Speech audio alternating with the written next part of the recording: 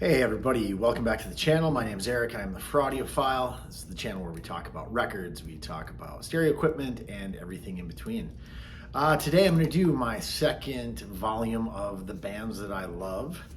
Just got back from vacation, was down in Florida for a few days, and I read through a book this thick, which is something crazy for me. That book is called Trouble Boys by Bob Mehr, all about one of my favorite bands, The Replacements. So today, I'm going to talk to you a little bit about The Replacements, show you some of my favorite records, talk a little bit about some of the things I learned from this book, and first and foremost, I cannot recommend this book enough to everyone. Fantastic read. It's like 500 pages and I blew through it in like 3 days. Great read, super informative, super fun, just a great page turner. So let's talk about The Replacements and how I came to love this band. So I grew up in a small town in southeastern Minnesota, small college town. Graduated high school in 1994, so my formative years for music were the late 80s, early 90s. And I worked at a grocery store as a part-time job when I was in high school. And when I was there was a guy there who has since passed. His name was Kevin Rose. And Kevin was kind of my go-to music guru at the time. Obviously, growing up in that time period, MTV was huge, so that was a huge influence on what I was listening to. Also, the college radio station played just a ton of new music that you really couldn't hear anywhere else. So Kevin was kind of my liaison between that college music station, a bunch of stuff that was kind of almost too cool for MTV at the time. And I remember talking to him one day at work, and all of a sudden he was asking me about The Replacements. I'm like, the what? Now, this is funny again, growing up in Minnesota, band from Minneapolis, had been around since 1979, which is when the band was formed, but I was kind of too late getting into them. But Kevin handed me a CD one day after talking to me about The Replacements of Tim, and that set off one of my love affairs with this band. So yeah, like I mentioned, they were formed in 1979 in Minneapolis. The band is made up of 4 people. The band was started by Bob Stinson. Bob had been in and out of trouble, all sorts of different trouble. And when he got out one of the last times, he decided to try to get himself on a more straight and narrow path and wanted to start a band. He was a great guitar player. Talked his little brother Tommy, who was 12 years old at the time, into playing bass. From there, they picked up Chris Mars, who was another local guy who had been a drummer. And from there, they met Paul Westerberg, who ended up really being the driving force behind the band. So they were formed, when they first formed, they were called Dog Breath, and then eventually became after quite a few name changes, became The Replacements. Really where they stepped up and started becoming a little more popular was when they were discovered by Peter Jesperson, who ran a record store in Minneapolis and founded a label called Twin Tone Records. Paul snuck a demo tape to Peter. He finally listened to it, said, I absolutely love these guys. Really took him under his wing, became a manager, sort of a father figure, and just a good friend to the band for quite some time. Let's talk about my favorite records of theirs. So I do not have all of their records. I'm missing Hootenanny, which I'm hoping actually will arrive in the next couple of days, as well as Don't Tell a Soul. So there are other studio records I'll go through and tell you which ones I like, my top 5. Number 5 in this list would be from 1990. This is the album All Shook Down. So by the time it got to 1990, the band had gone through a ton of issues. One thing with this band, they were hard partying, they drank a ton, they did a ton of drugs, and kind of grew away from each other. Starting back in 79, by the time they got to 1990, this was pretty much a Paul Westerberg solo record. Paul did pretty much all of the writing of the songs from day one, but there was a lot of input from the other band members. This one, he pretty much played all the instruments on it. There's some work by Tommy on here. They had, and I'll talk about this when we get to a different record, by this point Bob was already out of the band, had been replaced by Slim Dunlap.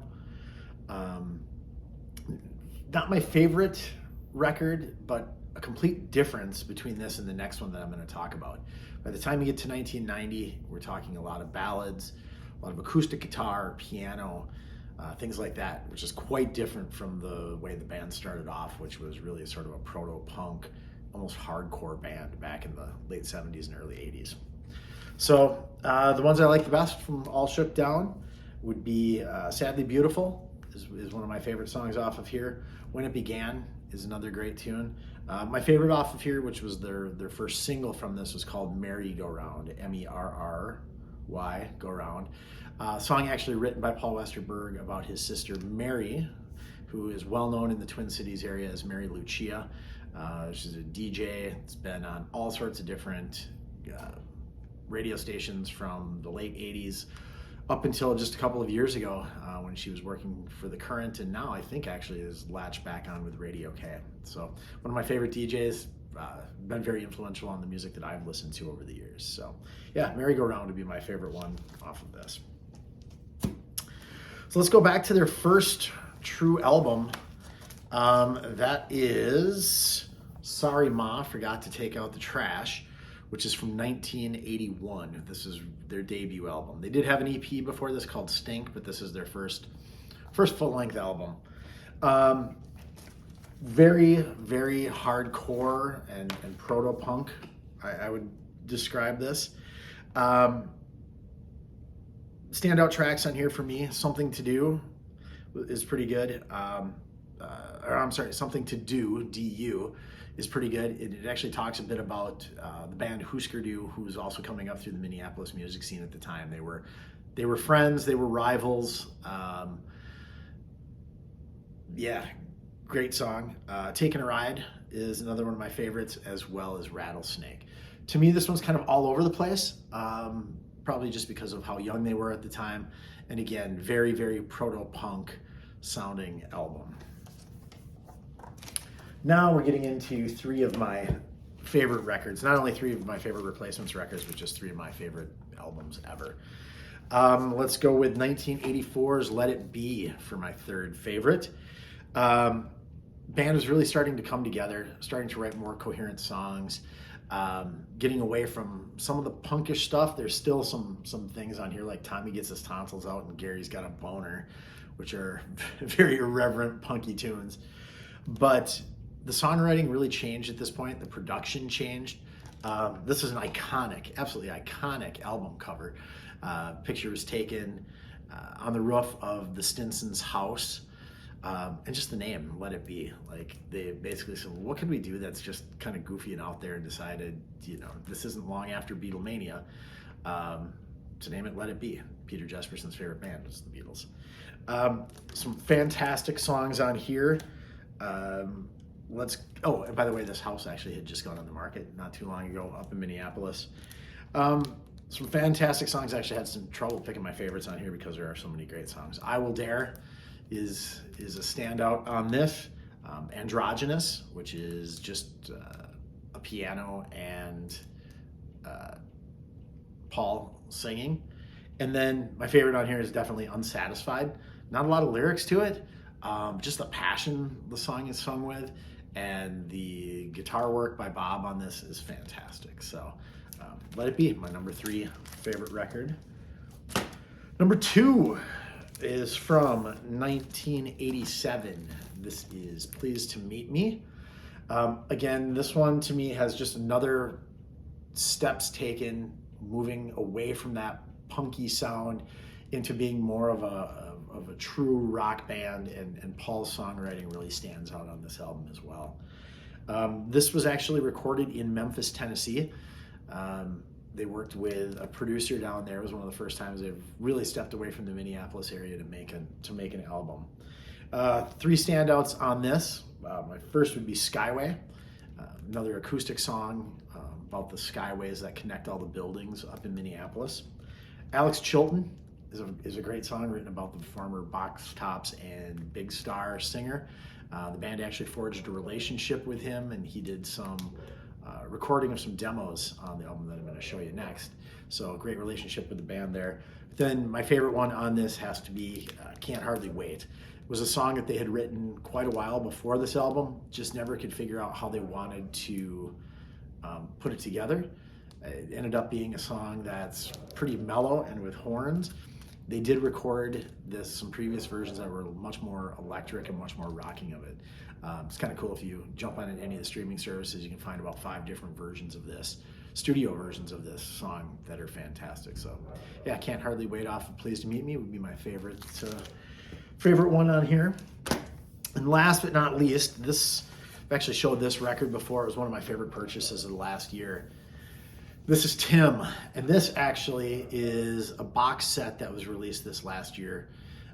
It comes with 1 record and then 4 CDs.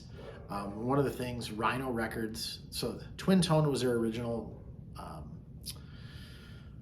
record label, which was part of Warner Brothers, eventually got bought out by Warner Brothers, or the band signed with Warner Brothers. And now Rhino Records actually and Warner Brothers own the catalog. So they've been re-releasing a lot of the albums. And this version is fantastic. So this was originally mixed by Tommy Iridelli, or Tommy Ramone from the Ramones. This version has the Ed Stasham mix. So Ed was like a contemporary guy who worked with Tommy Ramone, and it just brings this album to life. Like the way the original recording, the original CD I had, it's kind of muddy, just not great production.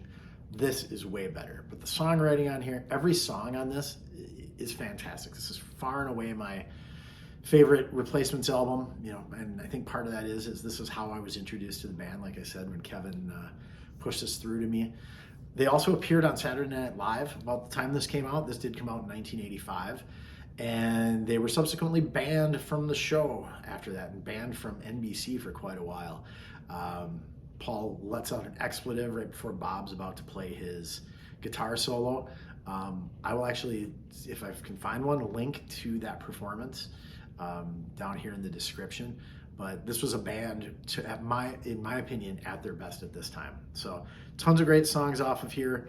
Hold My Life is how the album opens up, which is a great rocking song. Waitress in the Sky is a little more mellow, written for another one of Paul's sisters, who was actually a flight attendant, and she had told him all these horror stories about people. So he wrote a song about that. Left of the Dial, which is about the alternative bands in college radio really always being in the low 80s, so on the left side of your dial. Here Comes a Regular is another acoustic song that Paul wrote about people being in a bar and kind of hard drinking life, which of course this band was all about. And my favorite song off of here is Bastards of the Young. And this version, the Ed Stasham mix, really, really brings it to life. Band didn't want to make any videos for MTV. They finally got roped into it with this album to do so, but the video for this, if you've never seen it, it's just a black and white video, and it's just a speaker, and eventually it just zooms out. You can see the woofer thudding back and forth, and eventually you can see a guy sitting back smoking a cigarette and ends up kicking over the whole stereo system at the end. So really kind of epitomizes what this band was, not wanting themselves to be in the spotlight, let their music do it. Yeah, one regret I do have, I don't have a ton of regrets in my life. One regret, the band I talked about, my first version of bands that I love, the Hold Steady, actually opened up for a reunion show in 2014 of the Replacements. So did not go to that. My wife didn't want to go see the Hold Steady again. We had just seen them. So I blame her for that one. I don't blame her for much. She's done everything for me, but that's the one thing I'm mad at her about. So I checked these out. A couple of other things I did want to mention. Bob Stinson, who was one of the founding members of the band, did pass away. They booted him out of the band around the time after Pleased to Meet Me came out. He passed away in the early 90s. Just basically his body wore out from all the abuse it took from drinking and drugs. And then he was replaced by a Minneapolis guitarist named Bob Slim Dunlap, who played with the band for many years before they split up. And Bob tragically just passed away a couple of years, I believe just last year at some point. So Paul's still around. Paul's still around, but doesn't do much. He's kind of gone into semi-seclusion in the Minneapolis area. Chris Mars, the drummer, now is doing visual arts and has been super successful with that over many years. And Tommy Stinson plays with many bands, including Guns N' Roses. He took over for Duff McKagan when he left the band, and he played bass on Chinese Democracy and has toured with the band quite a bit. So yeah, that's it. Love the Replacements. If you have any questions about the Replacements, throw them in the comments. Tell me what your favorite albums are, what your favorite songs are. And again, if you like what you're seeing from the channel here, please like and subscribe. And we'll be back soon with another video.